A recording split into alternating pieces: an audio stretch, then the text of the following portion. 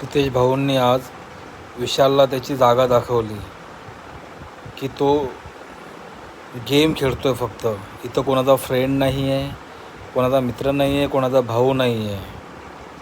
पण हे रुचिताला समजत नाही आहे ना, अनुश्रीला समजते.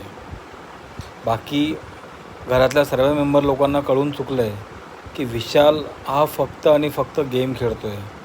तो कामापुरता मामा करतो आहे, सर्वांना कामापुरता वापर करतो आहे आणि जसं त्याचं काम होईल तसं लगेच तो त्यांना किकबॅक करेल. हे आधी पण आपल्याला समजलं, आपण बघत आलो आहे एवढे आठवडे. आणि काल त्यांनी दीपाली ताईबद्दल जे बोलला ते खूप चुकीचं आहे. कारण की अख्ख्या महाराष्ट्राला कोणालाच नाही आवडणार आणि कोणालाच आवडलं नाही की आपली जी महाराष्ट्राची मुलगी आहे, जी एवढी सुंदर लावणी करते, एवढी सुंदर लावणी डान्स करते, तिच्याबद्दल असं. आणि ते पण एवढी सुंदर तर डान्स करतेच दीपाली ताई, पण दिसायला पण किती सुंदर आहे. आणि तिच्याबद्दल असं वक्तव्य करणं म्हणजे फार चुकीचं आहे ना. आणि तिला प्रोत्साहन कोण करते तर रुचिता. ह्याच गोष्टी भाऊंनी आज समोर आणलं पूर्ण महाराष्ट्राच्या. आपण तर बघितलंच आहे, पण हे दीपाली ताईच्या पण समोर आणलं. कारण की तो दीपाली ताईला हमेशा हर टायमाला बोलतो, ताई तुम्ही माझे फ्रेंड आहात, माझी खूप चांगली मैत्रीण आहे, असं आहे तसं आहे हे आहे. पण तो खरं खूप गोड बोले, खूप जास्त गोड बोले.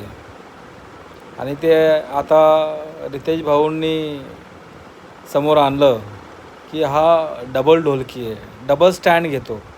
आता तेच रोशनबद्दल पण, की तेव्हा त्याला हमाल बोलल्या राखी, तेव्हा तो बोलला की जा जा जा, तुला कसं बोलू शकते, कोणाच्या ह्याच्यावरती कसं जाऊ शकते, कोणाच्या कामावरती कसं बोलू शकतो, कोणाच्या ह्याच्यावरती. म्हणजे कामावरती बोललं तर खूप मोठा राग येतो तुला, आणि कोणाच्या शरीरावरती जर बोलणं असं तर त्याला काही नाही, ते व्हॅल्यू नाही आहे,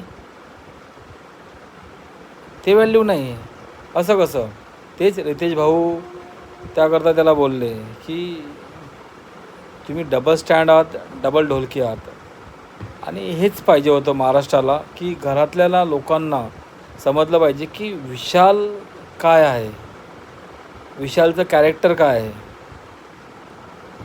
कारण की जास्त दिवसाचं कॅरेक्टर नाही आहे. बस तो त्याच्या खांद्यावरनं बंदूक चालवतो आहे, बाकी काही नाही आहे, स्वतःचा गेम काही नाही आहे.